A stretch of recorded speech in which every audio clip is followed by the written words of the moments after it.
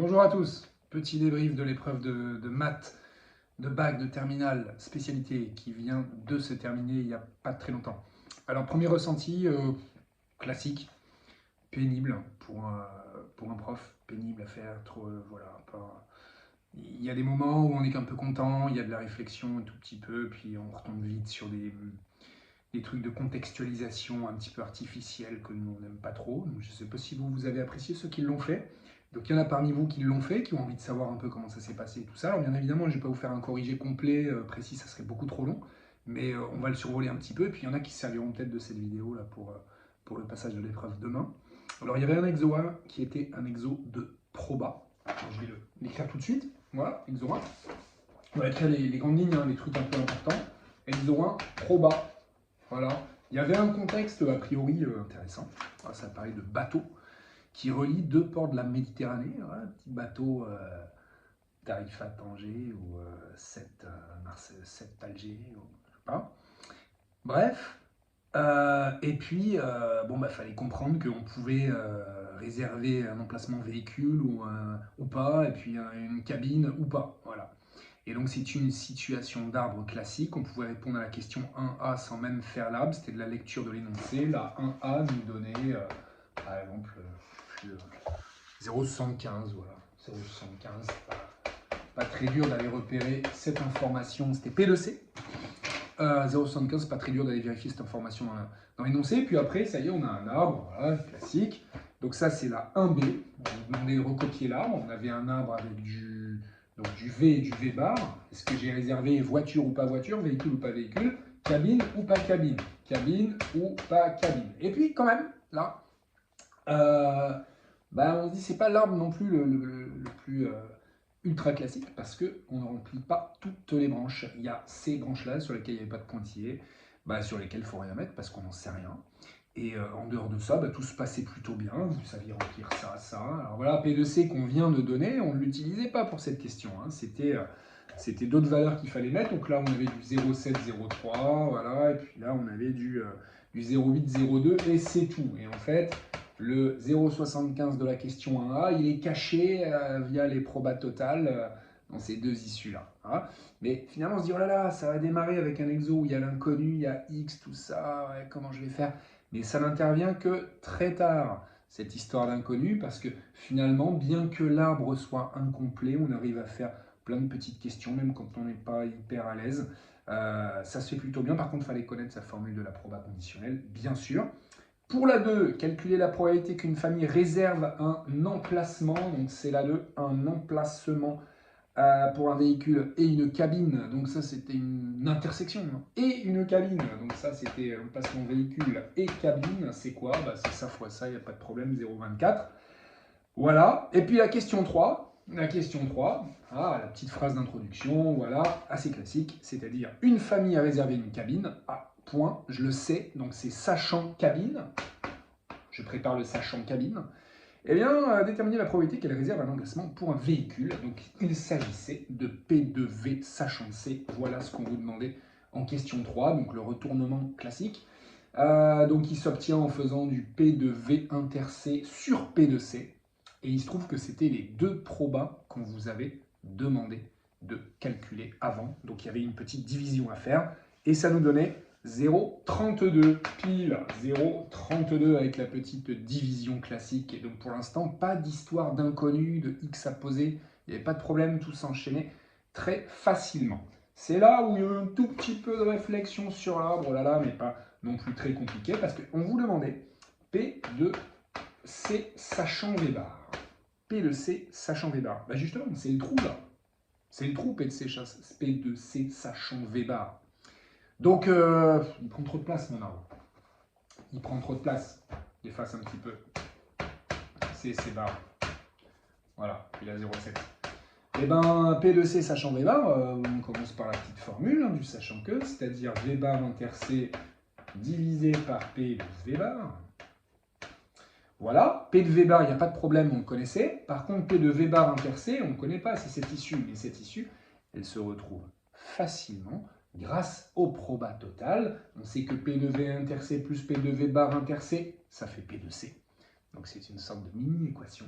qui nous donne assez facilement la valeur du haut, là, qui est en fait 0,51. On le divisait par 0,7 et ça me donnait à peu près 0,73. Voilà ce qu'il fallait trouver, à peu près 0,73 à 10-2 pour la question 4. Ça, c'était la partie arbre.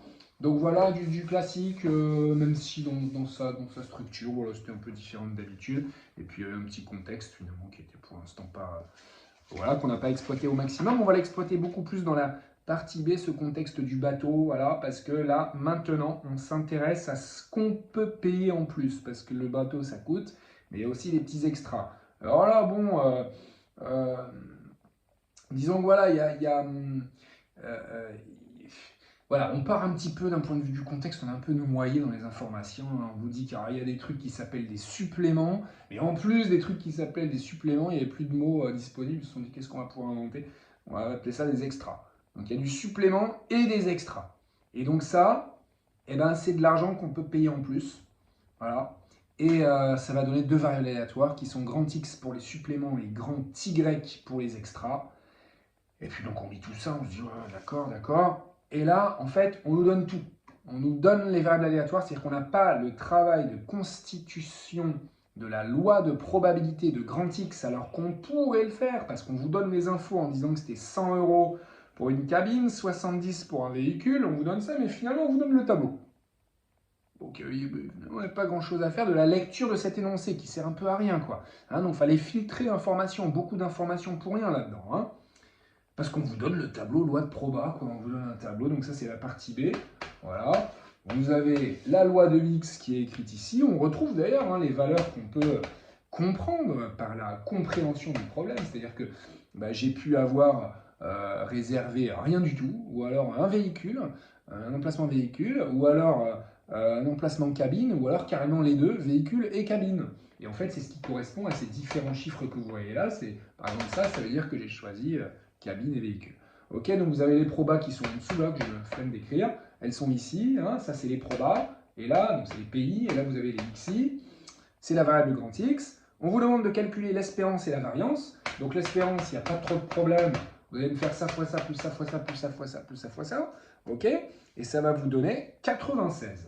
Voilà, on ne demande même pas de l'interpréter. En fait, c'est le prix moyen. En moyenne, une famille qui va sur ce bateau, elle dépense 96 € en plus que le prix du bateau.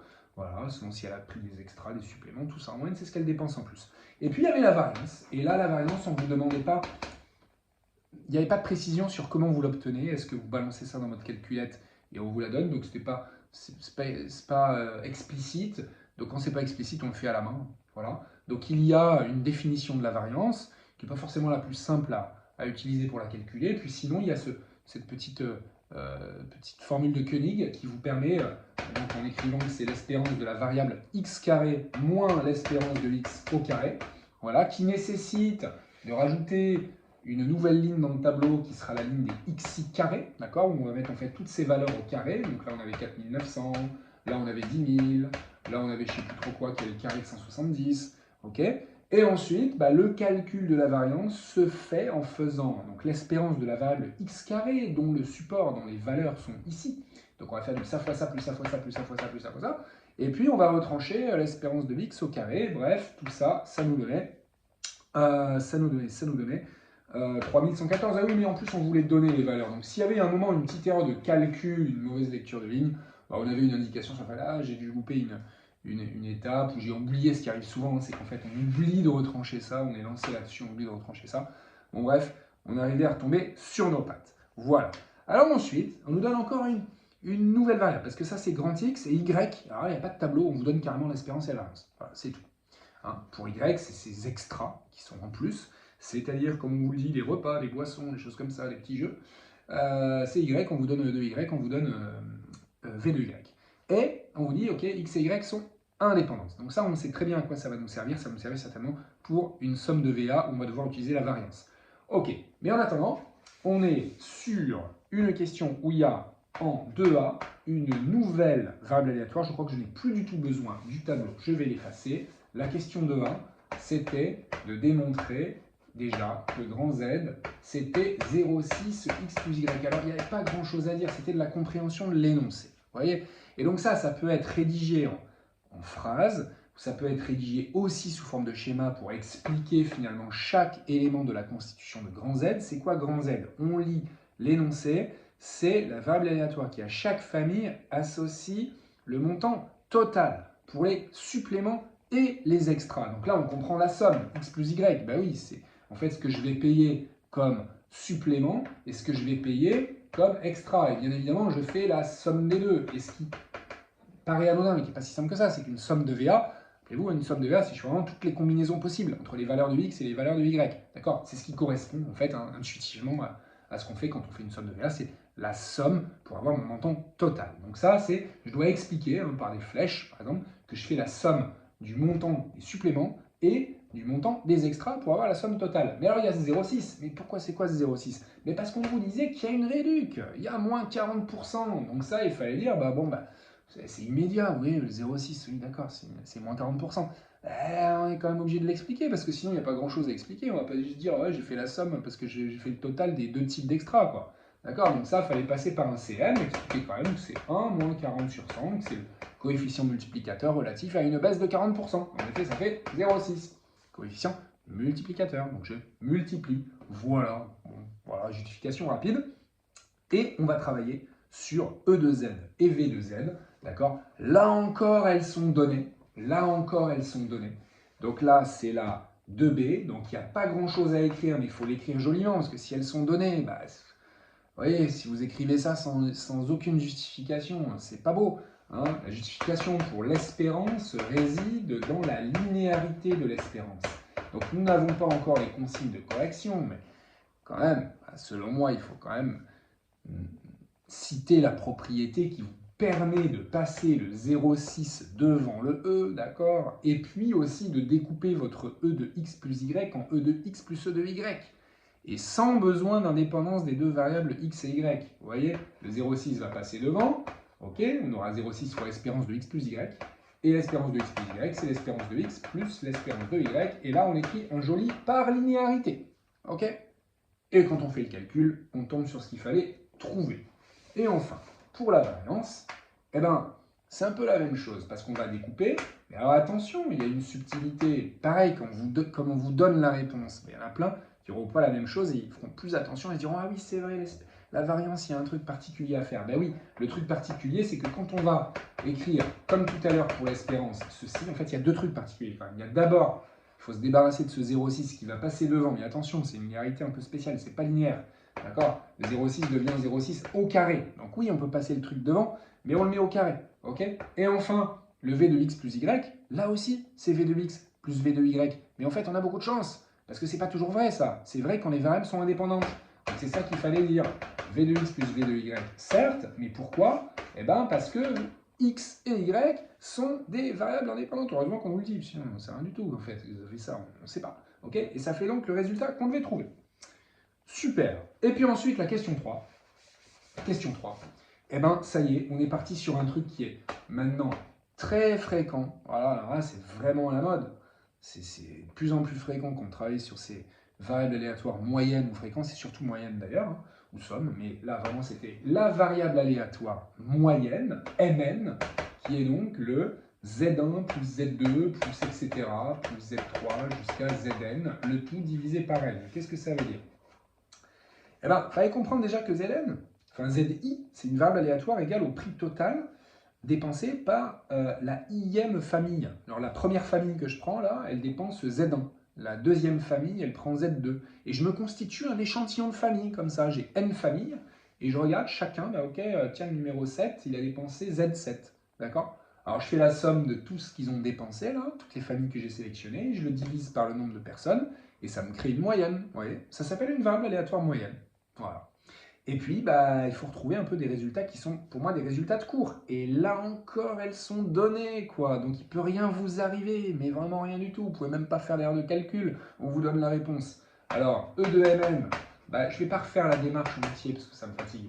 Mais en fait, c'est en haut la somme divisé par N. Qu'est-ce qu'on va faire? On va passer le 1 sur N devant, ça s'appelle de la linéarité, et découper tous les Z de Z1 plus E de Z2, etc. On va retomber sur E de Z. Voilà. Ok?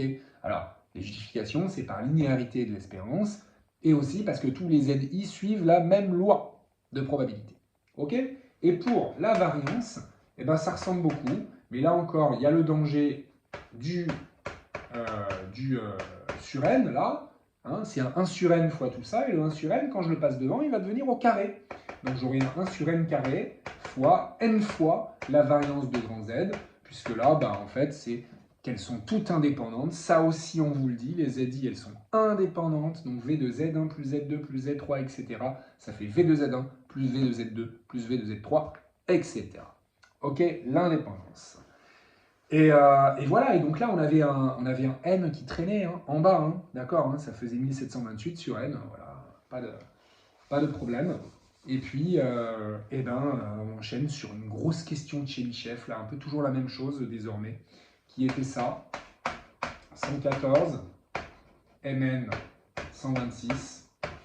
Et puis là, il y avait deux questions en une, parce que, en fait, il fallait trouver n tel qu'on met ça, quoi. Vous voyez? Donc c'est à faire en plusieurs étapes. D'abord, travailler là-dessus. Essayer de dire que ça, c'est plus grand que quelque chose qu'on sait évaluer grâce à Chebyshev et qui sera en fonction de n. On obtient donc en fait un minorant, et ce minorant, voilà, on prolonge en se disant ouais, mais ce truc-là que j'ai trouvé, quand est-ce que c'est plus grand que 0,85? Donc c'est vraiment en deux étapes. La première étape, c'est Chebyshev. Et Chebyshev, il faut le faire en passant par l'événement contraire. Et il faut donc réécrire cet encadrement en utilisant les barres de valeur absolue, en constatant qu'en plein milieu, il y avait, comme par hasard, 120, qui est l'espérance de Mn, c'est-à-dire qu'on travaillait sur l'écart entre Mn et son espérance. Voilà, ceci, plus petit que l'écart entre les deux. Regardez, il y avait 120, là il y a 126, là il y a 114. Je suis en train de travailler avec un écart de 6 par rapport à l'espérance. Donc c'était ceci, en fait. Ça, c'est une réécriture de ça, de cette proba. D'accord? Et en passant par l'événement contraire, on a 1 moins ça. D'accord? Plutôt, on peut écrire que ça, c'est 1 moins la proba de l'événement contraire, qui est la même chose, mais avec ici un supérieur ou égal. Vous voyez?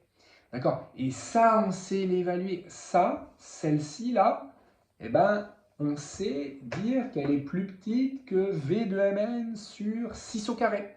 D'accord? Donc 1 moins ça, c'est plus grand que 1 moins V de Mn sur 6 au carré. Bref, on avait finalement cette proba-là, okay, celle-là, qui était plus grande que 1 moins quoi? Que 1 moins 48 sur M. Voilà. C'est ça qu'il fallait trouver, grâce à Chebyshev. Et puis, on a envie de se dire, ouais, mais ce truc-là, ok, ça c'est Chebyshev qui me le donne, quand est-ce que c'est plus grand que 0,85 pour que je sois sûr de trouver la plus petite valeur de n pour laquelle l'affirmation est vraie. Ok. Donc, ça devient une inéquation. Ça, c'est la deuxième partie de la question, quoi. C'est je résous cette inéquation tranquillement avec la fonction inverse, voilà. Et puis j'arrive à trouver qu'en fait, n, il faut qu'il soit supérieur à 320. Voilà. Et là, on vous demande d'interpréter, et l'interprétation, elle est horrible, elle est moche, cette phrase, elle est vraiment atroce. Hein, parce que dedans, dans la phrase, il doit y avoir finalement l'idée de la proba, d'un événement qu'on doit réussir à bien écrire. Et cet événement, il y a déjà le fait d'être encadré entre deux valeurs. Cette proba, on ne la calcule pas, on dit qu'elle est plus grande qu'une certaine valeur. Il faut rajouter l'idée du petit n, le premier petit n à partir duquel. Donc ça donne une phrase moche. Moi, je vous lis la mienne si vous voulez, mais voilà. À mon avis, voilà, ils vont être sympas sur la syntaxe de vos phrases. Parce que à partir de 320 familles, la probabilité que le prix total moyen dépensé par famille soit compris entre 114 et 126 euros devient supérieur à 85%. Voilà. Fin de l'exo de proba, qui est un peu... Je ne sais pas trop quoi en penser. Je sais pas. Un mélange de trucs intéressants et pas intéressants. Voilà, l'exo 2. L'exo 2, il portait sur quoi cet exo 2? Regardons-le, je ne me rappelle déjà plus. C'était les affirmations vraies et faux, avec d'abord de la géométrie dans l'espace. Géométrie dans l'espace, qu'est-ce qu'on avait? On avait une droite D, dont on avait une représentation paramétrique, qui ressemble à ça. On avait deux points, A et B. Voilà, A et B. Et puis, on avait un plan, P. Donc on avait une équation cartésienne avec des x, tout ça, et un 0. On avait tout ça. Et il y a une première affirmation, la 1A, qui était le plan P, il est orthogonal à la droite AB. Et en plus, attention, c'est pas tout, hein, petit 1 et petit 2. Donc voilà, deux choses à vérifier quand même. Hein. C'est que il passe par le milieu du segment AB. Alors attention, il, hein, pas elle. Attention, attention, il, le plan, il, masculin. C'est-à-dire le milieu là, qu'on va donner un nom, hein, I c'est le milieu du segment AB, et ben il doit appartenir au plan P. Voilà. Des choses à vérifier. Bon, alors comment fallait faire? Bon, il y a plusieurs façons de faire, mais quand même. Donc on commence peut-être par ça, se dire comment faire pour savoir si la droite AB, elle est orthogonale au plan P, ou si le plan P est orthogonal à la droite AB. Eh bien, on va travailler sur les vecteurs. C'est-à-dire qu'on peut avoir facilement donc, AB, hein, vecteur AB qui est un vecteur directeur de la droite AB, et puis on a facilement un vecteur normal au plan P, qui se lie dans l'équation cartésienne du plan qui nous est donnée. D'accord? Donc finalement, ce que vous pouvez récupérer, c'est les coordonnées d'un vecteur normal que je dessine là, que vous appelez M, par exemple. Et puis vous allez me trouver aussi le vecteur AB, qui est peut-être comme ça, hein, voilà, peut-être comme ça, le vecteur AB. Et puis si les deux vecteurs ils sont collinéaires, eh ben, ça veut dire que, en effet, la droite AB elle est orthogonale au plan P. Et en fait, il se trouve que le vecteur AB, c'était le vecteur M. Ah, ils sont carrément égaux. Donc oui, ça, c'était OK, c'était validé, parce qu'on avait ce vecteur qui apparaissait là-dedans, en fait, qui était le vecteur AB. Voilà, normal au plan, donc direct. Bon, il y avait ça quand même. Qu'est-ce qu'il fallait faire là? Il fallait calculer les coordonnées du milieu, voilà, avec xa plus xb sur 2, YA plus YB sur 2, ZA plus ZB sur 2. Bref, on avait les coordonnées d'un point I, qui avait, donc, que j'ai appelé I, mais que vous appelez comme vous voulez, avec plein de demi. Là, il y avait du 5 demi, 1 demi, moins 1 demi. Là. Et puis, on vérifiait que ce point appartenait bien au plan en remplaçant les coordonnées dans l'équation du plan. Et ça marchait, ça faisait 0. Donc, l'affirmation était vraie. Ici, pour la question 1A. Et il y avait la question 1B. Et la question 1B, eh ben, là, il y avait peut-être un petit peu plus de réflexion pour la question B. Alors, ça dépend comment vous l'avez traitée. La question 1B, c'était AB et... Enfin, l'affirmation AB. AB et D sont séquentes. Point d'interrogation. Voilà. Alors, séquente, qui dit séquente, dit peut-être point d'intersection. Peut-être si elles sont séquentes, il y a un point d'intersection. Si il y a un point d'intersection, elles sont séquentes. Mais on n'a pas forcément tout de suite tout pour aller travailler sur l'éventuel point d'intersection. Donc c'était une possibilité, travailler sur l'éventuel point d'intersection entre les deux. Alors ça c'est quelque chose qu'on sait faire quand on a les équations des différents ensembles dont on cherche l'intersection. Là, on avait D, puisque on a sa représentation paramétrique, mais on n'a pas la représentation paramétrique de AB. Donc il fallait d'abord trouver une représentation paramétrique de AB, ce qui était tout à fait faisable parce qu'on avait un point et un vecteur directeur. Et on se retrouvait avec un gros système à 6 lignes, voilà, en se disant « j'espère que je ne vais pas faire d'erreur ». Et puis vous ne trouviez pas, voilà, il y avait une absurdité qui arrivait à un moment. S'il y a une absurdité, il faut avoir confiance, il faut dire qu'il n'y a pas de point d'intersection. Voilà. Parce que en fait, s'il y en a un, je l'appelle x, y, z, et ça me donne quelque chose d'absurde, donc il n'y en a pas. Mais quand on fait ça, on a toujours des doutes sur le fait que là, il n'y a pas de moyen de vérifier. C'est une affirmation vrai-faux. Vous voyez, ça peut être faux, ça peut être vrai, on n'en sait rien. Donc vous n'êtes pas sûr, pas à l'abri d'une éventuelle erreur de calcul. Donc c'est ça qui est peut-être un peu délicat, mais pire, si la démarche est bonne, c'est vraiment très valorisable sur votre copie. Ok? Alors il y avait une autre méthode, c'était de travailler, regardez, sur la coplanarité, parce qu'il y a quelque chose, en fait, il faut jouer à l'économie, mais on se dit, ouais, je n'ai pas envie de me lancer dans un gros système.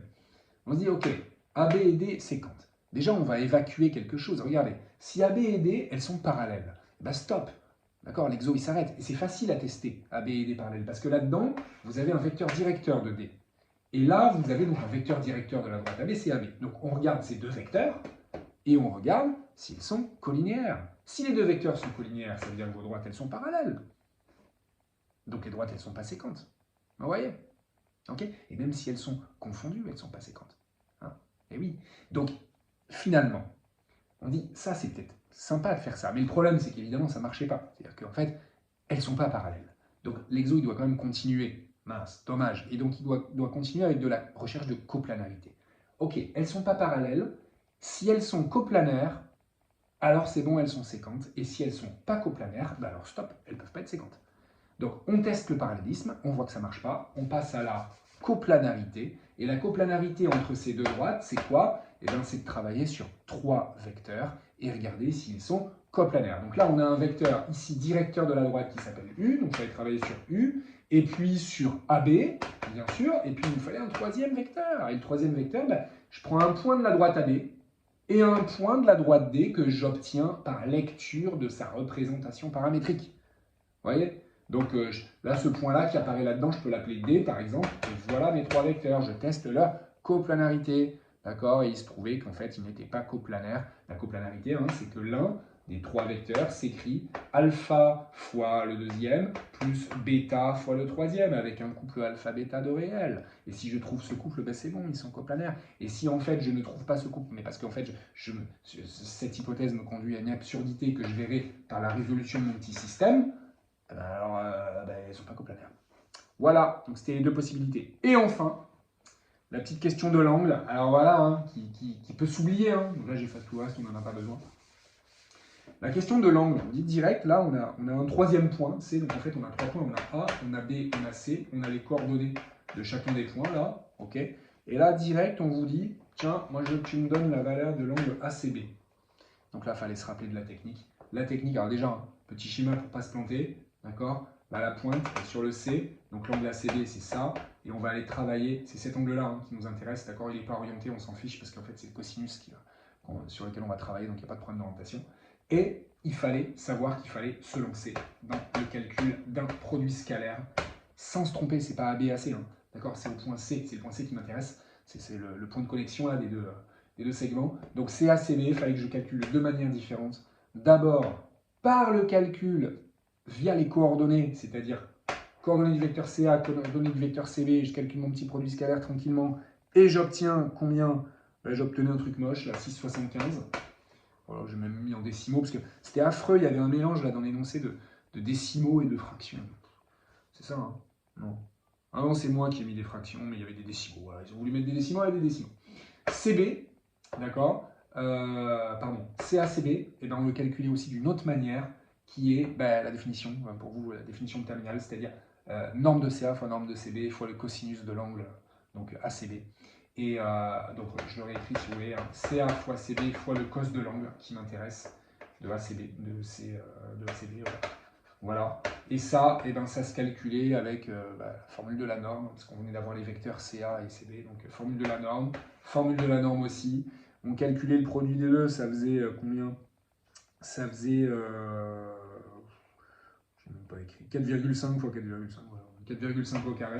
Et donc fois un cos qui lui est une inconnue.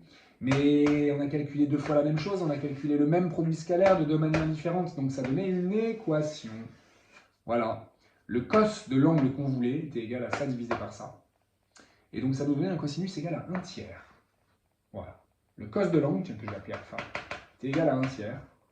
Et là, attention, calculatrice, pour finaliser mes calculatrices en degrés, en mode degré, pour avoir la valeur de l'angle qui, en effet, correspondait à 70,5 degrés. C'était, en effet, la mesure qu'il fallait trouver arrondie à 10-1. L'affirmation était vraie. C'est fini pour la géométrie dans l'espace. Il y avait enfin un petit truc sympa, je trouve, de dénombrement. Pas très dur, mais quand même sympa, et avec des petits écueils dans le langage. Attention au langage. Donc ça va être toujours dans l'exode 2. C'est la dernière affirmation. Il y avait 2 amis là qui font un escape game. Il y a 2 portes. Et puis pour ouvrir une histoire de porte. Pour ouvrir les 2 portes, il y a des codes. Donc il y a le code de la porte A, voilà, et le code de la porte B. Et puis on se doute bien que ça va être des histoires de dénombrement, des histoires de digicode, de code, c'est du dénombrement. Donc il fallait tout d'abord compter le nombre de codes différents, d'accord, pour chaque porte, pour la porte A et pour la porte B. Alors il fallait se poser les sempiternelles questions de l'ordre et de la répétition, il fallait bien faire attention au langage. La porte A utilise un code de 3 symboles différents devant être saisis dans l'ordre. 3 symboles différents. Donc imaginez, vous avez 8, voilà, vous avez 8 trucs, voilà, c'est peut-être A, B, C, D, E, F, G, H. Et donc, on vous dit, attention, c'est des symboles différents. Donc, vous ne pouvez pas, par exemple, comme code, proposer A, A, G. Voilà, enfin non, d'accord, il faut qu'ils soient tous les trois différents. Ok? Donc déjà, ça veut dire qu'il n'y a pas de répétition. Et par contre, on vous le dit, ils doivent être saisis dans l'ordre. Dans l'ordre, ça veut dire que le code A, B, C, D, c'est ça, non, il y en a trois. A, B, C, c'est pas le même que le code CBA, d'accord? L'ordre, voilà, l'ordre est important. Donc, si l'ordre est important et qu'il n'y a pas de répétition, on était dans le domaine des arrangements, c'est-à-dire que chaque code, c'était un 3 arrangements. Bon, c'est écrit comme ça, après, pas obligé de maîtriser ce langage avec ses bons objets, tout ça. Il fallait surtout savoir les compter. Pour les compter, pareil, c'est pas mal de savoir que c'est en fait voilà, un 3 arrangements d'un ensemble qui en contient 8. Donc ça s'écrit comme ça, en fait, c'est A3, 8. Mais sans même cette syntaxe, ce langage, en fait, comprendre que finalement, ça revenait à choisir le premier symbole parmi 8, puis un deuxième symbole parmi 7 restants, puis un troisième symbole parmi 6 restants. D'accord? Un arbre de dénombrement suffisait ici, ou même sans le dessiner, la vision d'un arbre suffisait aussi, c'est-à-dire qu'en fait, ça faisait 8 fois 7 fois 6 codes différents, et ça nous donnait combien? Ça nous donnait, je ne le vois plus, 336. Voilà, là on avait 336 codes différents pour la porte A. Ok? Et ensuite, il y avait la porte B, et là c'est un peu la même chose, mais il m'en fallait 4, genre ABCD. Et là, attention, ABCD et DCBA, c'était le même code, parce qu'on vous dit là, c'est en fait le groupe de 4 qui m'intéresse, peu importe l'ordre. Donc ça, c'est des combinaisons. Donc il y en avait 4 parmi 8. Et ça faisait beaucoup moins. Ça faisait 70. D'accord? Et là, c'est là qu'il ne faut pas se planter dans ce qu'on nous demande vraiment. Titouan a plus de chances d'ouvrir sa porte que Clotilde. On fait bien gaffe. Titouan, c'est qui? C'est quelle porte? Plus de chances, ça veut dire quoi? Ça veut dire plus de combinaisons? Ben non, c'est le contraire. Alors pour le faire tranquillement, déjà et joliment rigoureusement, on parle quand même d'un truc qui s'appelle l'équiprobabilité ici, qui nous permet de calculer des probas. C'est-à-dire que elle, je crois que elle, c'est Clotilde, c'est ça? Clotilde, c'est pour la porte A. Et Clotilde, eh bien, quand elle choisit un code au hasard parmi 336, eh bien, en équiprobabilité, elle a une chance sur 336 d'avoir le bon code. Alors que Titouan, là, eh bien lui, il a une chance sur 70. Donc c'est lui qui a la probabilité la plus forte, bien sûr. Cette fraction, elle est plus grande que celle-là, évidemment. Et quand on réfléchit, on dit, c'est bizarre, j'ai plus de code. Eh bien justement, ben oui, on en propose un. Là, on en propose un. Il y en a 70 différents, là, il y en a 336 différents. Donc bien évidemment, c'est ça qui est plus probable. Ok. Donc l'affirmation était vraie. Et là encore, si vous vous mélangez à la fin sur la partie sémantique, c'est pas grave. S'il y a eu des belles démarches de dénombrement, c'est super valorisé tout ça, certainement. Ok? C'est long, hein? C'est long, je suis désolé. Exercice 3, en même temps, c'est long un exo de bac, un sujet de bac. L'exercice 3, ouais, bon, exercice 3, ça ressemble à un exo de physique. Exo de physique, le truc, hein, refroidissement, tout ça, hein, une pièce qui se réchauffe, qui se refroidit, un énoncé hyper long, il faut aller sélectionner les informations. Donc j'écris ça là plutôt, exo 3, une équadif, voilà, il fallait repérer l'information principale qui était celle-ci que je vous écris, y' égale, n'importe quoi, pas y, mais moins 0,035 y plus 0,91, c'est vraiment horrible ces valeurs là, on sent que voilà, j'ai l'impression que c'est un truc issu du lobby de la calculatrice, c'est pas possible, mettre des trucs comme ça qu'on ne pourra pas faire à la main alors qu'il n'y a rien de difficile ou de même, il n'y a aucun enjeu. Je trouve. En plus, on vous dit, première question, donner les solutions de l'équation différentielle sur 0 plus l'infini. Alors, s'il y en a qui ont été gênés par le 0 plus l'infini, alors ça, en fait, on peut le résoudre sur R, c'est-à-dire trouver les fonctions définies et dérivables sur R qui sont solutions. Ben, c'est juste que, en fait, encore une fois, on est dans un contexte, et le contexte nous impose, on verra, le t supérieur à 0, parce que c'est le temps, et puis il y a un temps qui démarre à 0. Voilà, c'est tout, mais en fait, on fait comme d'hab. Et comme d'hab, d'ailleurs, il fallait bien comprendre que là, c'est une équation différentielle de type y' égale à y plus b avec b constante. Donc là, c'est le par cœur. On pouvait le faire en 2 étapes avec le petit protocole, d'abord homogène, et puis travailler sur une solution particulière qu'on cherche sous la forme d'une constante. Mais alors là, quand même, ça allait quand même beaucoup plus vite de se dire, j'ai appris mon cours un peu bêtement par cœur sur les solutions d'une telle équation. Je sais les données directes, d'accord, les écrire. Alors, on commence par y de x et on voit à la suite de l'exo que la variable s'appelle t. C'est pas grave si vous avez laissé x, mais c'est mieux. Voilà, de préparer le t. Et on avait ça, voilà, direct. En fait, c'est le cours. Hein. On peut donner la formule de cours avec des lettres avant de balancer. Mais voilà, on doit donner plus 26. Et qu'est-ce que c'était ce plus 26? En fait, c'était moins b sur a. D'accord? Donc, k exponentielle et k exponentielle de at plus moins b sur a. Et moins b sur a nous donnait, alors ici b c'était 0,91, donc moins 0,91 sur moins 0,035, ça donnait 26. Voilà les solutions par cœur. Il y a d'autre à faire que d'avoir reconnu une équation de type et d'avoir balancé les solutions. Voilà, toutes les fonctions définies sur 0 plus l'infini avec cette expression-là sont solutions de l'équation différentielle E et il n'y en a pas d'autre. Voilà, et ensuite, il fallait trouver T de T. Alors d'un coup, on nous donne T de T. Qu'est-ce que c'est que ça? T de T, on relit l'énoncé. T de T, c'est une de ces solutions. C'en est une parmi toutes celles-là. Mais elle a un petit truc en plus, c'est qu'elle doit vérifier T de 0 égale 18. Et donc, ce qu'il fallait faire, c'est de dire que, en fait, grand T est les solutions de cette équation, donc avec cette forme-là. Mais en même temps, elle vérifie T de 0 égale 18. Donc, on remplace T par 0. On écrit que ça doit faire 18. On se retrouve avec une petite équation qui nous donne tout simplement k égale moins 8. Et on obtient, comme par hasard, ce qu'il fallait trouver. Voilà. Résolution de l'équation sans problème. Résolution de l'équation, d'ailleurs, sans besoin de connaissance sur l'exponentielle, puisqu'on va remplacer t par 0. OK? Et après, par contre, voilà, vous avez une question où on vous demande, selon ce modèle, c'est la question 3, selon ce modèle, c'est la partie A, question 3, selon ce modèle, déterminer au bout de combien de temps la pièce atteindra la température de 20 degrés. On veut atteindre 20 degrés. Voilà. Donc si on veut atteindre 20 degrés, que la température c'est T de T, on cherche T tel que T de T égale 20. Ouais. Atteindre 20 degrés. Donc on va résoudre une équation. Là, il n'y a pas besoin d'une inéquation, on n'est pas en train de se dire, voilà, attends, parce qu'il y a l'idée de croissant, etc. Mais on verra pour l'autre question. Donc là, c'est juste une équation, et puis c'est une équation où on pourrait, à la main ou à la calculette, on hésite. Mais en fait, là, on la regarde, et puis on se dit, je sais peut-être la faire à la main, donc tant que je le sais le faire à la main, je le fais à la main. Je vous dis ça parce qu'il y a une question un peu plus loin, où c'est une question qui ressemble à ça, mais on ne peut pas le faire à la main.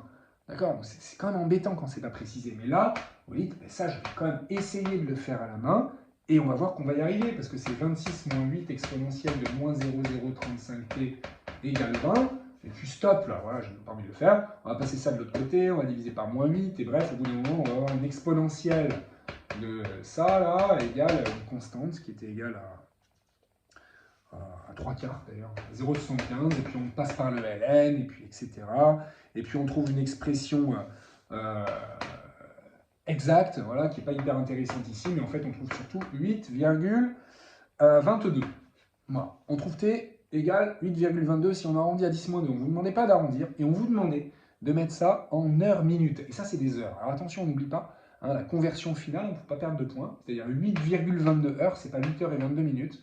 C'est 8 heures plus 0,22 fois 60 minutes, petite proportionnalité. Et on trouvait que ça faisait 8 heures et 13 minutes. 8 heures et 13 minutes. Voilà une petite conversion de type 6e, 5e pour finir. On a fait du ln et tout ça, puis après, au bout d'un moment, il ne faut pas oublier qu'il y a des petites connaissances de maths parfois qui sont très lointaines sur la proportionnalité, sur les conversions. J'espère que vous savez encore faire ça, que vous ne tombez pas dans les pièges. Voilà. Et ensuite, question 4. Alors là, on reparle de panne de chauffage. Donc on se croirait vraiment en physique, voire technologie, sciences de l'ingénieur, j'en sais rien. Ça ressemble pas trop à les maths. Enfin, c'est les maths appliquées, quoi.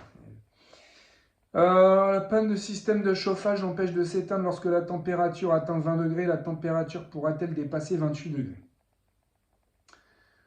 Pourra-t-elle dépasser 28 degrés? Je redonne l'expression, c'était ça. Ça, voilà. Alors, est-ce que ça peut dépasser 28 degrés?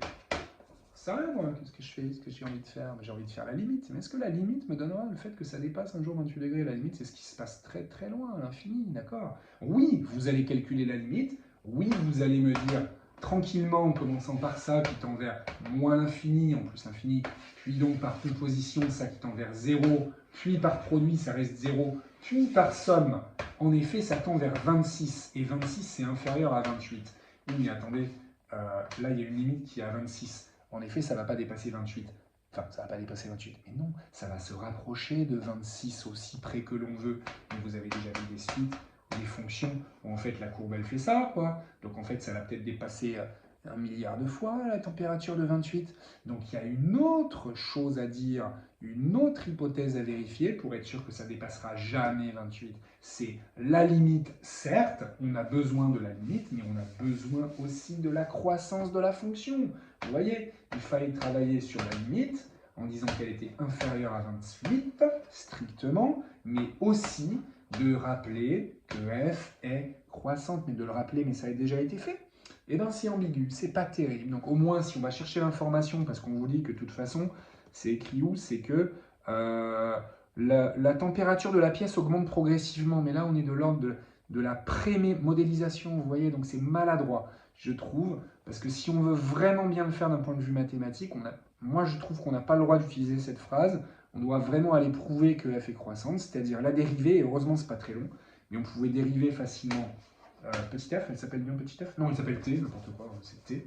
Voilà. Bah, t', voilà, ça faisait un truc avec de l'exponentielle, et puis une constante positive devant, puisqu'on avait t' qui était égal à, je sais pas, ça faisait combien. Je ne l'ai même pas calculé, mais j'ai laissé le moins, parce que ça faisait ça. En fait, les moins s'annuler, hein, bien sûr. Voilà, exponentielle de blablabla. Donc ça, c'était tout le temps strictement positif, donc la fonction était tout le temps strictement croissante, et c'est le fait qu'elle soit croissante et que sa limite soit inférieure à 28, qu'on va dire, bah, ok, ça ne dépassera pas 28 degrés. Voilà. Une vraie justification nécessitait les deux hypothèses. On passait à la partie B, qui était maintenant une modélisation. Ce n'est pas une modélisation du même phénomène, mais plus fin. C'est on passe à un autre truc, c'est quand le chauffage s'éteint et que la pièce refroidit. Voilà, on passe à un autre cap. Partie B, on a du UN, et en fait on a même d'ailleurs du UN plus 1, qui est vraiment pas belle cette suite. Voilà, c'est une point... c'est pas très beau, mais bon, ça existe. Enfin, on peut modéliser des choses comme ça, pourquoi pas. Voilà, et regardez, si je mets pas ça, c'est une suite arithmético-géométrique classique, et en mettant ça, ça met un peu le bazar. Vous voyez, et j'ai eu 0 égale 20 pour les 20 degrés qui se passent au tout début. Voilà. Et il y a deux petites questions. U1, je ne vais même pas le faire, je ne vais même pas en parler. Trop facile. Et la deuxième question, récurrence, voilà, prouver que pour tout n, on a un qui est strictement supérieur à 10. Je peux anticiper un petit peu la compréhension de ça, l'interprétation, c'est que la pièce ne va jamais être en dessous de 10 degrés. On va toujours rester au-dessus des 10 degrés. Voilà ce que ça veut dire. Cette modélisation me permet d'affirmer ça. En tout cas, je vais devoir le démontrer. Donc c'est une récurrence, bien sûr.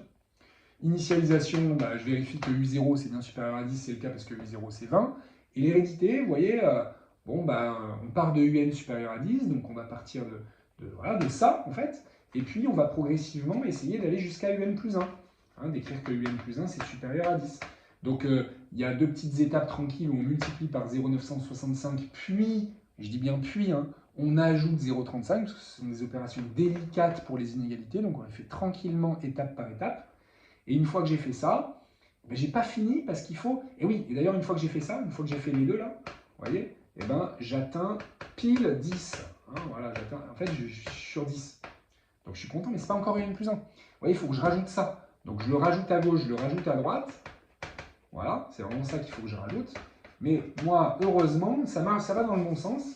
Parce que ça, là, ça, c'est positif, c'est une expo. Donc ça reste supérieur à 10. En fait, je prolonge mon inégalité. Donc j'ai bien UN plus 1, qui est supérieur à un truc qui est plus grand que 10, donc c'est plus grand que 10, l'hérédité est démontrée, pas trop de problème, ça va.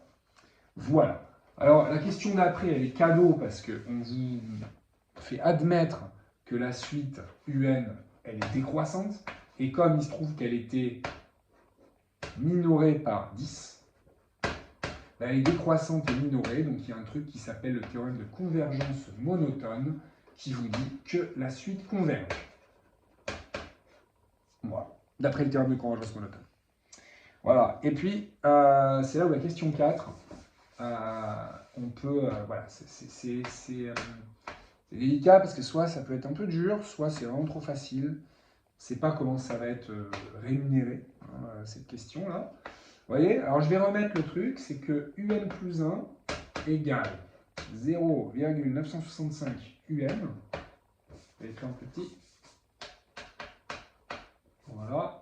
UN plus 1, c'est 0,965 UN plus 0,35 plus 0,07 exponentielle de moins n. Voilà. Et on lit en fait, on a prouvé que un converge.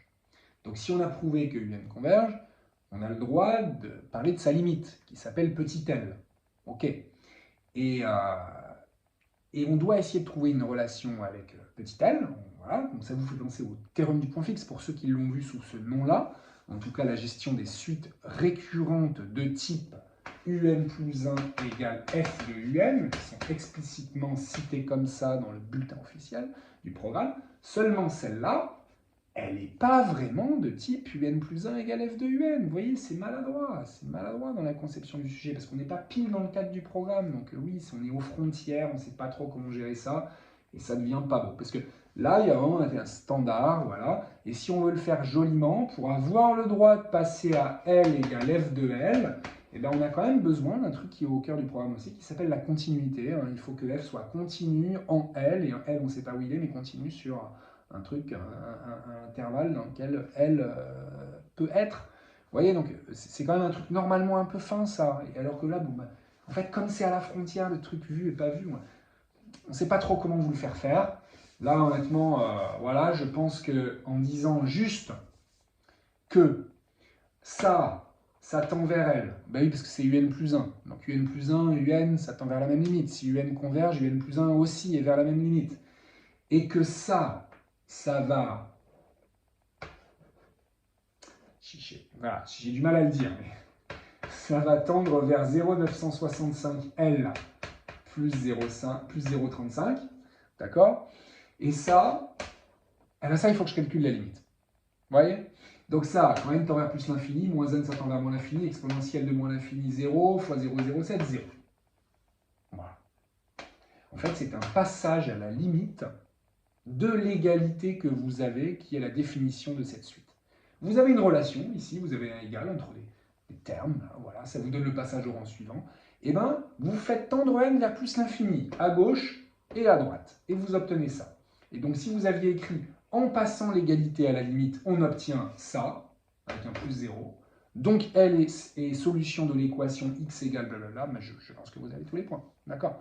En vrai, c'est embêtant. En vrai, c'est embêtant. En vrai, si on veut être très rigoureux, parce que je vous dis, ça ressemble au point fixe, mais ça n'est pas complètement à cause de la présence de cette chose. D'accord? Donc, il faudrait... et regardez, en fait, la préparation sous forme de schéma est quand même intéressante, parce que c'est ça qui va nous faire comprendre. Je ne vais pas le rédiger, mais je vais vous montrer comment on ferait. On répète que un converge, donc un tend vers L. Donc, si la limite de un, c'est L, comme on a affaire à une suite convergente, alors la limite de un plus 1 aussi. D'accord? C'est lié à la définition de la limite, on passe au rang juste après avec la définition avec les epsilon, on y arrive bien. D'accord? Ça aussi, ça tend vers L. D'accord? Donc cette suite, si je la considère en tant que suite, la suite un plus 1, elle converge. Donc ça a une limite finie aussi. D'accord? Donc ça veut dire que je vais pouvoir découper. Je vais d'abord m'intéresser à ça quand même. Regardez, ça, ben, je sais calculer sa limite. D'accord? Sa limite, c'est quoi? Parce que je pourrais dire qu'en fait, finalement, cette suite un plus 1, c'est Vn plus Wn. Je découpe en deux, quoi. Et Wn, je sais calculer sa limite, elle vaut 0, on vient de le dire tout à l'heure. Donc ça veut dire qu'elle aussi, elle converge, d'accord? Et qu'elle tend vers L moins 0. Donc elle tend vers L, cette suite. D'accord? Et c'est incroyable. Ça tend vers L. Ça tend vers L, ça veut dire que 0,165 UN plus 0,35, ça tend vers L.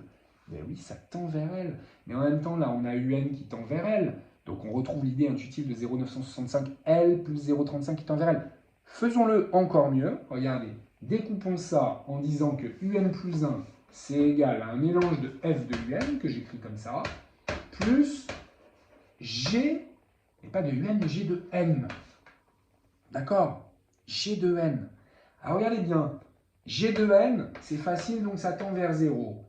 F de UN, j'ai envie de dire que ça va tendre vers F de L, vers F de la limite de UN, mais en fait, pour l'instant, ça ne tend que vers la limite de F de UN. Eh bien, ce switch entre le F et le lim, d'accord, provient de la continuité de F. Mais qui est F, au fait? C'est une fonction affine qu'il faudrait poser. Dire, ah, ouais, la fonction affine qui a x associe 0,965x plus 0,35. Voilà. Et en fait, pouvoir switcher, parce que ça tend, je répète, vers la limite de f de un, pouvoir dire que la limite de f de un, c'est f de la limite de un, ce n'est possible que si on sait que f est continu en L. Mais oui, mais c'est une fonction affine, c'est continu partout sur R. Donc j'ai pas de problème de continuité. Et c'est ça qui me permet de dire que ça va tendre vers f de L. Donc à droite, j'ai une suite qui tend vers f de L, à gauche, j'ai une suite qui tend vers L, et ce sont les mêmes suites, donc L égale f de L. Voilà. Mais on a juste dit que, en passant à la limite, et si vous évoquiez un petit peu une histoire de continuité, je sais pas, mais c'est un peu casse-gueule, en tout cas, il fallait quand même dire que exponentielle de moins n tendait vers 0. Hein. Voilà. J'espère que c'est pas trop obscur, tout ce que je vous ai raconté. Et interpréter le résultat dans le contexte de l'exercice. Ah oui, ben on n'a pas fait. Ça, c'était la 4A. On va faire la 4B. Il faut la résoudre, l'équation. Hein, et là, c'est juste pas grand-chose à faire. Voilà, on passe ça de l'autre côté. Ça fait 0,035. Bon, bref, ça fait x égale 10. Donc, L égale 10. Donc, c'est la limite d'une suite qui est censée modéliser la température. Hein, une suite décroissante et dont la limite est égale à 10. Donc, l'interprétation, c'est que la température de la pièce va, à long terme, hein, voilà, quand elle devient très grand, hein, c'est-à-dire au bout d'un grand laps de temps, ou bien à long terme, la température de la pièce va doucement tendre vers 10. Enfin doucement, on ne sait rien, mais va tendre vers 10. Okay, voilà, sans jamais passer en dessous parce qu'elle est décroissante. C'était ça l'interprétation. Et puis ensuite, il y a un petit piton là où il fallait mettre du U dans le while, donc comme d'habitude. Alors attention, le contraire de l'objectif, parce qu'on était d'abord bien au-dessus de... alors, se remettra en marche. Oui, le chauffage, il se remet en marche quand quand je deviens inférieur ou égal à 18. Donc c'est tant que je suis supérieur à 18 qu'il faut que je calcule des nouveaux U. D'accord? Bah oui, là, j'ai pas encore atteint 18. Au début, je suis à 20, puis je suis peut-être à 19, 18,7. Bah, je continue. Là, il n'est pas question de remettre en route le chauffage, mais je fais ça tant que U est supérieur à 18. Et puis là, il y a le U à mettre, et le U, évidemment, on n'a que à disposition le mécanisme de récurrence. Donc là, il faut l'écrire. Donc on commence, voilà, facile, voilà, fois U, plus 0,35. Astérisque. Et puis là, on a besoin quand même de l'expo. Hein. Alors vous allez me dire, on ne va pas vous pénaliser la syntaxe si vous ne savez pas que c'est exp. En fait, en vrai, en Python, le exp, il faut être sûr qu'il est reconnu. Donc il y a un from mat quelque chose. Ouais, c'était un peu léger, je trouve, en termes de pythonisation de l'exo. Hein, parce qu'il y a le même truc. Mais vous n'êtes pas pénalisé là-dessus du tout. Et puis n égale n plus 1, comme d'habitude. Et puis return n est déterminé pour la dernière question au bout de combien de temps à partir duquel le système, le chauffage se remet en place. Et bien là, ça ressemble à un truc qu'on a fait en partie A, mais sauf que là, on ne le voit pas venir, mais on pose l'équation, une équation, on ne peut absolument pas la résoudre, c'est pas possible. Donc on le fait en fait là avec la calculatrice. Et avec la calculatrice, mais c'est embêtant, parce que soit on saisit l'algo, si on saisit l'algo, peut-être qu'il ne va pas reconnaître le exp que vous avez écrit. Sinon, il faut avoir l'idée quand même d'aller dans le menu suite, de saisir cette suite, la suite UN, qui est quand même longue à saisir, et puis d'aller chercher un tableau de valeurs. Et vous verrez dans le tableau de valeurs que c'est au bout de combien là? C'est au bout de n égale 8. Voilà, parce que dans votre table de valeurs, vous avez U7 qui doit être encore à 18 et quelques. À combien? Ouais, à 18 et quelques, certainement, 18, quelque chose. Et à U8, ça y est, on est passé à 17, quelque chose. Voilà. Donc c'est à n égale 8. Voilà, ce qui fait 8 dizaines de minutes. Voilà pour cet exercice 3. Un vrai exo de physique. Avec des outils mathématiques. Mais voilà, vraiment, on doit s'arrêter à fournir des outils. Quoi. Je trouve que c'est un peu trop de contexte. Exo 4. Exo 4 avec une petite étude graphique au début, dans la partie 1. Voilà. On avait une courbe qui était comme ça. Voilà, j'ai accéléré un petit peu la chute. Là, on avait une tangente. Voilà, une tangente ici, là. Tout ceci est très mal dessiné. Et puis, on vous disait justifier que A égale 1. Et puis, oui, parce qu'en effet, il y a l'expression de f de x, mais elle est avec des lettres. A plus B, ln de x plus 1 sur x plus 1. Voilà. Voilà, puis justifier que A égale 1. Qu'est-ce qu'on peut bien exploiter là-dedans? On a f de 0. Voilà. De toute façon, ça, les exos qui sont un mélange de fonctions avec des petits paramètres A et B, qui sont des constantes. Attention, des constantes. A, B, c'est des constantes. Qu'on va devoir trouver. et d'ailleurs, dont les valeurs sont cachées dans la partie B. C'est les mêmes. Et oui, donc on pouvait anticiper, se dire, attends, il faut que je trouve 1 et 4. Voilà. Et bien, on sait que ça va être des allers-retours entre le graphique et l'algébrique. C'est-à-dire, ici, on peut hésiter. J'ai besoin de quoi? F de 0, F' de 0, parce qu'on doute bien qu'on va avoir les deux. Mais comme on vous demande F' de 0 en question 2, on se dit que ça va être F de 0 qu'il va falloir que j'aille chercher. F de 0, ça vaut 1, et quand je remplaçais x par 0 là-dedans, j'obtiens ln de 0 plus 1 sur 0 plus 1. Ça s'annule, tout ça, ça s'annule, il ne me reste plus que 1. Donc F de 0, ça faisait 1, et c'était aussi égal à 1 par le calcul, donc A égale. Ok. Donc là, ces questions-là, quand on nous demande de trouver A et B, c'est le fait de faire les choses graphiquement et aussi algébriquement, les deux.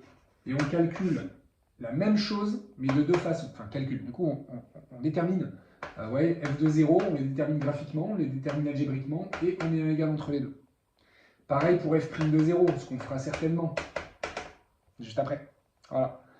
Ok, donc F' de 0, justement, c'est après. F' de 0, on sait que c'est le coefficient directeur de la tangente, donc on pouvait le faire par lecture graphique, mais il y a écrit justifié. On pouvait juste se contenter de dire, attends, on ne va pas expliquer comment on a compté les carreaux, ni la formule YB moins YA sur XB moins XA, il faudrait inventer un point, c'est un peu pénible.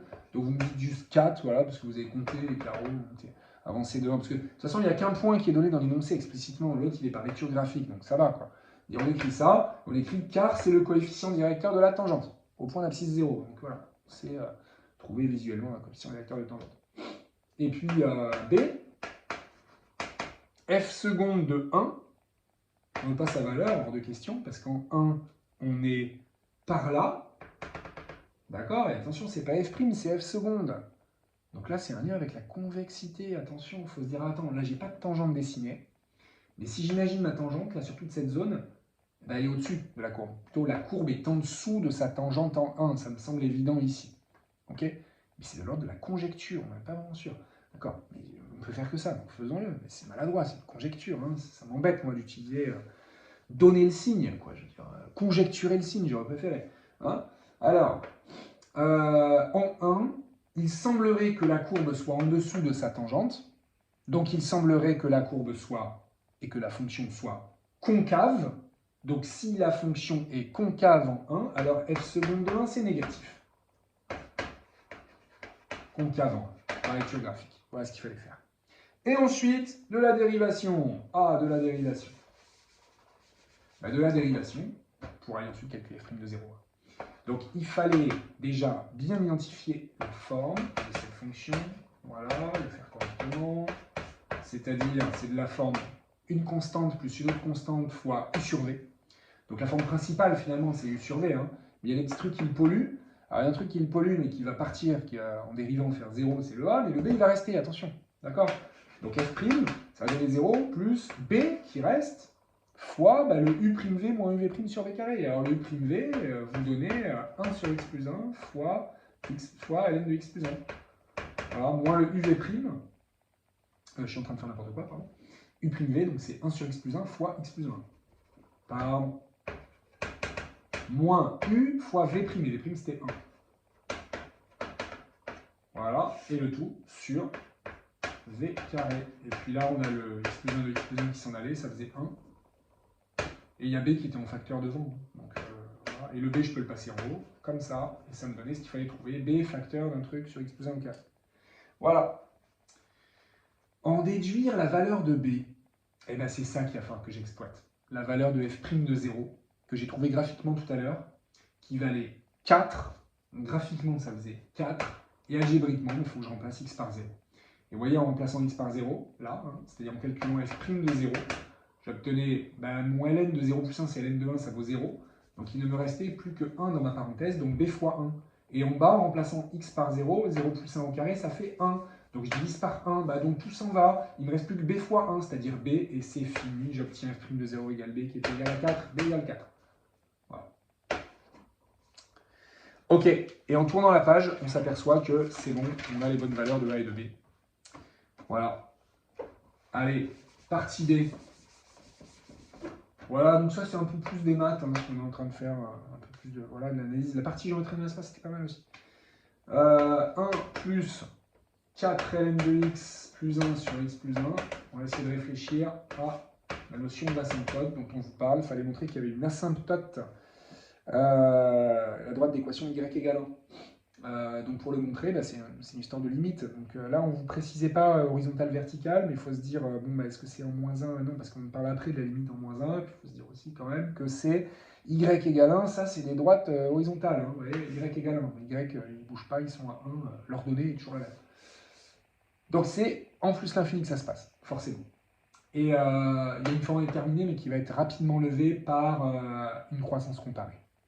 Par contre, votre croissance comparée, c'est ln de x sur x. Oui, mais ln de grand x sur grand x, ça marche aussi. Donc, il fallait juste poser un grand x. C'est-à-dire, dans un premier temps, on parlait de x plus 1 qui tendait vers plus l'infini. Hein. Donc, si j'écris bien, c'est la limite de x plus 1 qui est égale à plus l'infini. Et puis, on travaille sur la limite d'un ln de grand x sur grand x qui tend vers 0 par croissance comparée. Et donc, par composition, la limite de tout ça, c'était 0. Par produit, ça reste 0, plus 1, ça tend vers 1 en plus l'infini, conclusion, il y a une asymptote horizontale.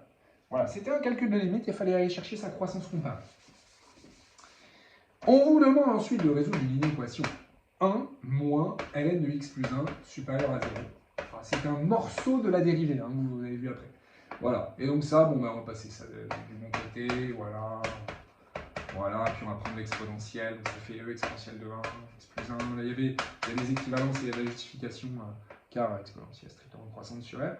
Et on passe de l'autre côté, donc on avait ça, et ce qu'il fallait bien comprendre, c'est que ça nous menait au tableau de signes de la dérivée, parce que dans la dérivée, il y avait 3 blocs, il y avait du 4, il y avait du ça, voilà, que je peux appeler n de x, tiens, et il y avait du x plus 1 au carré en bas. Et en fait, tout était positif, sauf ça qui change de signe. Et vous allez trouver quand est-ce que ça change de signe. C'est en e-1. Attention, pas exponentielle de -1, mais e-1 ou exponentielle de 1 -1. Et regardez, c'est lorsque x est plus petit que e-1 que votre expression est positive. Donc les plus étaient à gauche. Voilà, et tout le reste est positif. Donc vous aviez une dérivée qui était positive, nulle, négative, c'est-à-dire une fonction qui était croissante-décroissante. Voilà comment était votre fonction. Je refais le joli tableau de variation. Tableau de variation de cette fonction, il est comme ça. Il faut aussi vérifier qu'on était bien dans les clous. Une double barre. C'est-à-dire que -1 est bien compris entre -1 et plus l'infini, ce qui, oui, est le cas. Voilà, et puis il fallait trouver ça. Bon, ça c'est pas intéressant, mais c'est du calcul que ne fait pas votre calculatrice normalement. Et ça faisait, je compte le faire, ça faisait quoi? On a trouvé quoi ici? On a trouvé... Oui, alors il y a plusieurs façons d'écrire. 1 plus 4 sur e-1 ou e plus 3 sur e-1. Comme ça, e plus 3 sur e-1. Voilà. Depuis là, on peut placer les limites. Là, on avait dit que c'était... Enfin, on avait dit... On vous a fait admettre que c'était moins l'infini. Et là, vous allez trouver que c'était 1. Ok, on vérifie la cohérence des limites et tout va bien. Voilà. Et ensuite, on vous demandait de vous placer dans 2 plus l'infini. Ah, c'est dommage, on a fait tout ça pour pas grand-chose.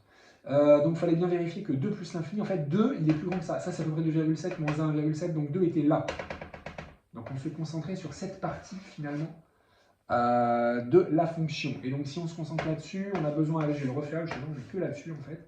Et en 2, ça me donnait une valeur qui était supérieure à 2. Voilà. Et là, ça me donnait 1.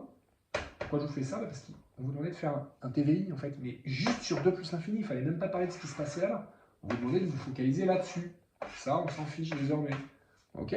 Voilà, donc sur 2 plus l'infini, c'était f de x égale 1,5. Donc on vérifiait que ça, cet 1,5 était bien compris entre les deux. On citait les 3 hypothèses précisément pour le TVI. F est continue car dérivable sur 2 plus l'infini. Et puis, elle est strictement décroissante, on l'avait démontré. Et puis, 1,5, il est compris entre ces deux choses-là. D'accord? Entre cette image-là et puis cette limite. Donc, d'après le corollaire, le théorème des valences intermédiaires, eh bien, on a une unique solution qu'on peut appeler alpha, et qui valait, attention aux calculatrices, il y en avait une à peu près à 0,5, mais c'était celle-là. Et nous, on voulait celle-là. Mais elle était loin, elle était à 25,1 à peu près. Ouais, elle est pas là. C'est là. C'est pas 2. Enfin bref, vous m'avez compris. Ça, c'était à peu près à 25,1. Voilà. Alors que là, on était à 0,5. Et là, en fait, voilà, on était très très loin, 25. Donc la calculette, là, fallait dézoomer, en fait. C'est nul. Hein. Voilà. Allez, pour finir, petite intégrale. Petite intégrale. Montrer que... Petite intégrale. Alors, à force de voir des IPP à chaque fois, on se dit c'est une IPP ou pas? Eh ben non, il y avait mieux. Ça, c'est une forme connue. Regardez, c'est 1 sur x plus 1 fois ln de x plus 1. Donc ça, c'est du U' fois U. Si je pose U égale x plus 1, n'importe quoi, ln de x plus 1, ben U', c'est 1 sur x plus 1. Donc je l'écris joliment, tout ça, j'écris bon, une primitive de ça sur l'intervalle 0,2, voilà, comme ça c'est de la forme de prime. Une primitive c'est 1 demi de u carré, donc une primitive de ça, ben, ça me donnait 1 demi de ln de x plus 1, le tout carré. Attention, c'est le ln qui est au carré, entre les bornes 0 et 2. Et donc on trouvait ce qu'il fallait trouver. Voilà, on avait une primitive en fait. Ouais, il fallait avoir déjà vu ça avec le ln de x sur x, qui est 1 sur x fois ln de x, vous voyez. Et là, c'était pas des x, c'était des x plus 1, mais ça marchait aussi, parce qu'on a un peu de chance, quoi, la dérivée de ça, ça donnait ça. Mais en même temps, si on n'avait pas eu de chance, voilà, on n'aurait pas pu faire. Bon, voilà. Et enfin, il fallait en déduire une aire. Ah, une aire. Ok, l'aire de quoi? L'aire de quoi? Mais l'aire, un peu comme souvent, mais alors pas toujours, hein, parce qu'attention, il faut quand même vérifier. Je ne sais plus si elle était vraiment comme ça, voilà. Mais c'était l'aire coincée entre deux droites verticales, la courbe et l'axe des abscisses. On vérifie bien, d'accord? C'est pas entre deux courbes, c'est pas entre une courbe et une droite, c'est vraiment, voilà, c'est ça. Donc on a envie de dire que c'est une intégrale. Que c'est d'ailleurs, comme ça c'est la courbe de f, que c'est l'intégrale de f de x dx. Mais il y a un truc à faire avant, attendez, pour que ce soit une intégrale, pour que l'aire soit une intégrale, on doit vérifier que la fonction est positive sur 0,2. Attention, fallait le faire. Donc il fallait quand même montrer que f de x était positive sur 0,2. Alors pas par une étude de signes, mais par l'exploitation du tableau de variation que vous aviez fait. Alors en 0, on était déjà positif, voilà, et puis en 2, on était aussi positif. Et puis voilà, on est déjà, regardé, ça c'est positif déjà, donc c'est bon, c'est positif, mais il fallait le dire, il fallait le dire. Une fois qu'on l'a dit, alors on peut dire que l'aire, que j'appelle A, c'est quoi? Eh ben, c'est l'intégrale de f de x dx entre 0 et 2. Et c'est-à-dire que c'est l'intégrale, bah attends, je vais remplacer là, de, c'est quoi ma fonction? C'est 1 plus 4n de x plus 1 sur x plus 1. Bah alors on pourrait trouver une primitive de ça. Alors, on l'a fait pour un truc qui ressemblait, mais autant réutiliser parce qu'on est allé au bout. La question d'avant, c'était pas trouver une primitive, la question d'avant, c'était aller au bout d'un calcul d'intégrale. Donc il fallait gérer ça, selon moi, de manière plutôt élégante. Même si vous avez tous les points, si vous refaites bêtement le calcul avec une nouvelle primitive. Mais il fallait découper là, vous voyez? Il fallait découper en utilisant la linéarité de l'intégrale, c'est-à-dire ça. C'est les deux. Hein. Voilà, ça. Et là, c'était votre petit morceau que vous aviez fait tout à l'heure. Voilà, ça vous l'avez fait tout à l'heure, le 1 demi ln de 3 au carré. C'est ce morceau-là. Voilà. On le multiplie par 4 et on lui ajoute ce truc-là qui est facile à calculer parce que ça, une primitive de 1, bah, c'est x. Donc ça, c'est x entre les bornes, 0 et 2. Et donc ça fait 2, plus 4 fois 1 demi, blablabla. Bref, on trouvait combien? 2. On trouvait 2 plus 2 ln de 3 au carré.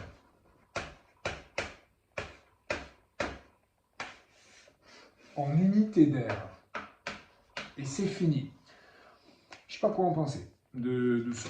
Il y a un mélange de trucs intéressants, de trucs pas très intéressants. Je trouvais que Centre étranger et Asie était un peu mieux. Mais, donc ceux qui ont travaillé dessus, bah, j'espère que ça s'est plutôt bien passé. N'oubliez pas, pardon, que c'est pas parce que vous n'êtes pas allé au bout des démarches, ou que vous n'avez pas tout fait parfaitement, ou même que vous avez fait une erreur de calcul. Il y a plein de points à prendre, plein de points. Voilà. Surtout sur les affirmations, dès qu'il y a un truc qui est pas mal dans la démarche, c'est valorisé. Les erreurs de calcul, évidemment que ça doit être pénalisé, mais pas au point où vous l'imaginez. Pareil, une affirmation où vous faites des trucs, mais à la fin vous mettez vrai au lieu de faux, vous avez tous les points. Enfin, j'en sais rien, mais j'imagine. Voilà, enfin, je sais, mais je ne dis pas. Et j'ai pas eu encore pour cette année. Donc voilà. Et pour ceux qui le passent demain, bon courage. Et ça va bien se passer. Voilà.